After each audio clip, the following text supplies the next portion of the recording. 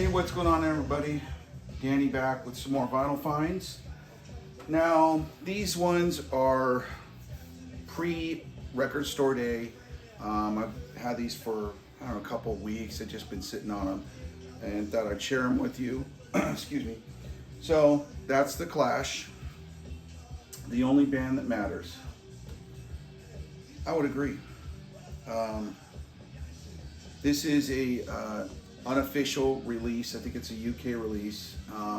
I saw these a couple years ago on eBay, and I always wanted to grab one. I just never got around to it. Somehow one fell in my store, so picked it up. I thought it was kind of cool, the artwork. I kind of dug it. It's kind of like sketches.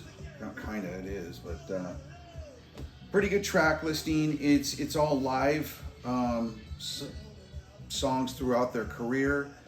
Some of the recordings are a little bit better than others, but overall I think they're pretty good. I've heard much worse. But yeah, I'm pretty happy with it. It's gold vinyl. Trust me, it's gold. I'm not going to pick it up, but yeah, pretty cool. You know, it's got all your hits: London Calling, White Man and Hammersmith, Tommy Gun, White Riot, English Civil War, I Fought the Law, Clash City Rockers, and I hate this song, Bank Robber. I've never liked that song. Surprised they did it live, but anyhow.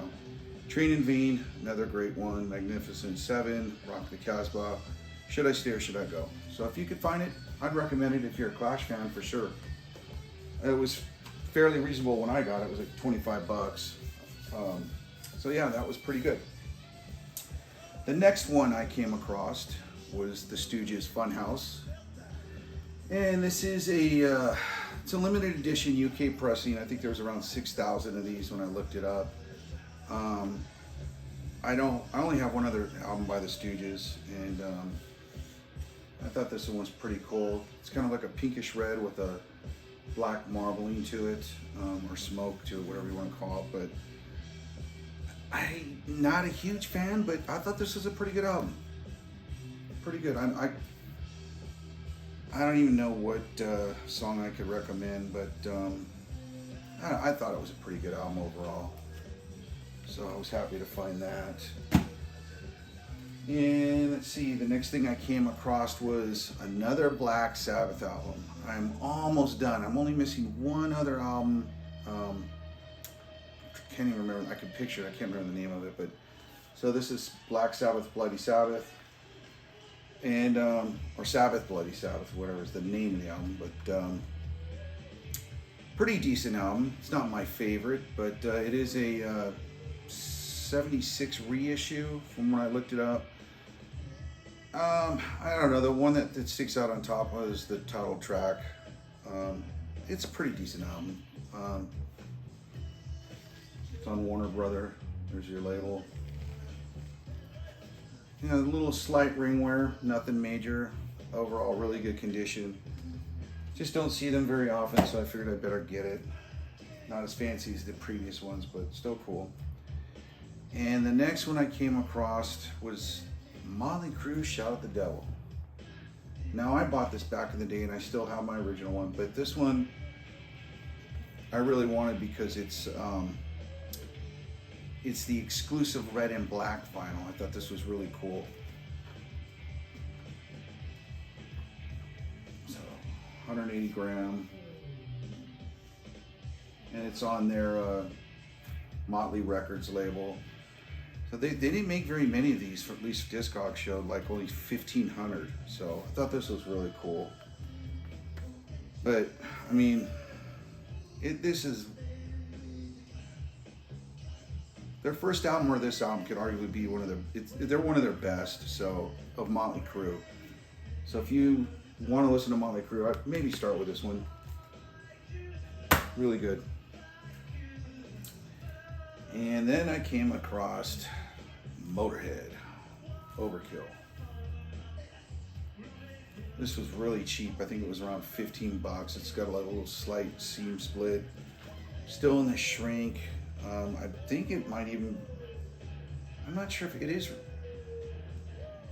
original album art and audio masters. I don't know if it's remastered or whatever, but Pretty cool album. I'm trying to start my collection of Motörhead, and this is on Bronze label, record label. But I didn't expect to really like this. I mean, I liked it a lot more than I thought I was going to. Overkill, title track, really cool. I don't know, man. I think every song on here was pretty damn good.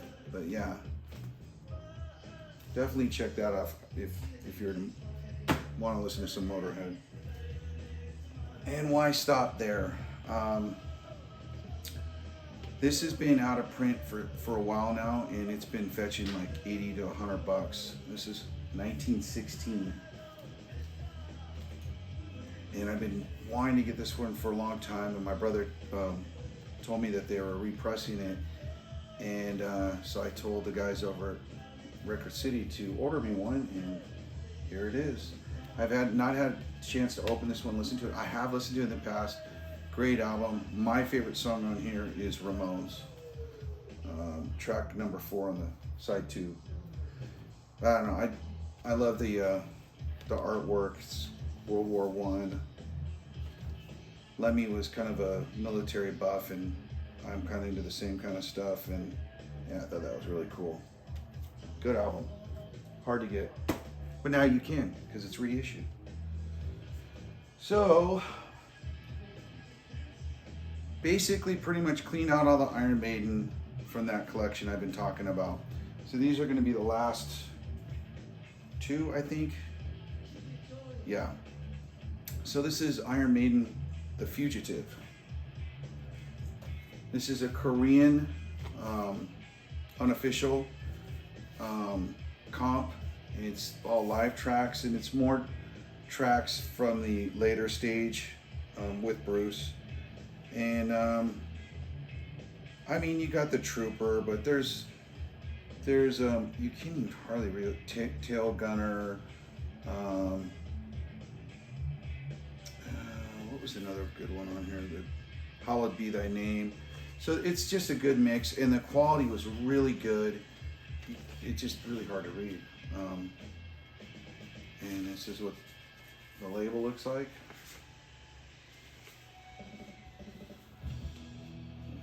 Side. So can't hardly get it back in there, but yeah, I was really happy with that. You don't see these unofficial records from Iron Maiden too often. The other thing that he had that I just wanted to get it for the artwork alone. Now this is Run to the Hills. It's a U85 UK pressing. But what's funny is it's the Phantom of the Opera picture, but it's the Run to the Hills single. It's just weird that they did that, but really good condition, so I was happy to have this. It's got Phantom of the Opera, of course, Lucifer's Words, and that's it, 3 tracks. So that does it for the Iron Maiden stuff, until they find some more. Now, I believe this came from this collection as well. This is Megadeth Kaleidoscope? Super Collider. So I already have this. I have a reissue of this one, but this is an OG Euro pressing, and this came with a bonus 7-inch in it, still sealed. He gave me a smoking deal on this one. I could not pass this one up. Not my favorite Megadeth album, but it's still pretty good. Kingmakers, that's a pretty damn good song on here. It's not terrible. It's pretty decent album.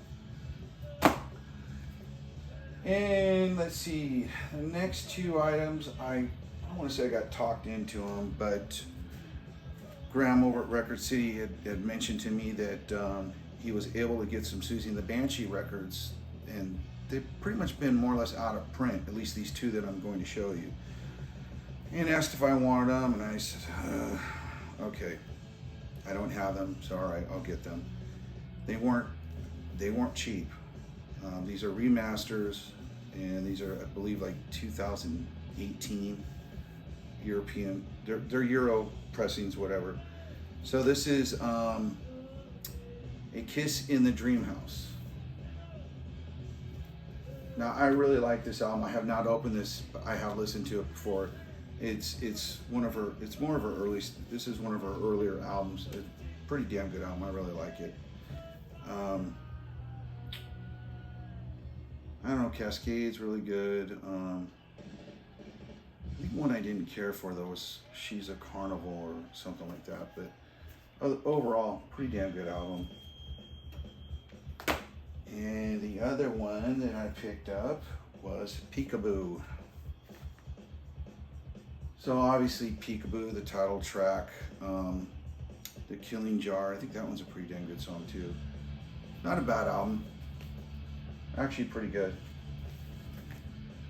But yeah, I don't know, somehow that some new old stock that was sitting around, he was able to get it. And last but not least, he had a copy of The Smiths, their first album. I gotta say, well, this completes the collection. I thought I had it, but apparently I didn't. And not my favorite. I probably just like this one over all of them the most. If that even sounds right. This is my least favorite, let me just say that. Reel Around the Fountain, that's a pretty good one. Pretty Girls Meet Graves. Hand in Glove, that's pretty good, but just, I don't know, just not my favorite. It's a reissue, remastered from 2007, from what I looked up. There's your label, and I want to see it is on, what label is this on? I don't know.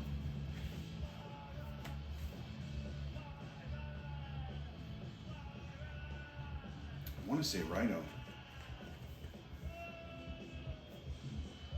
I just don't know why the writing is so light on it. Doesn't matter, whatever.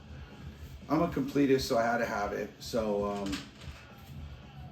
it's not bad. It's just not it's my least favorite of the Smiths album. But anyhow, that does that. I hope you liked it. If you did, please like and subscribe, and I hope you come back and check out more of my videos. Thank you.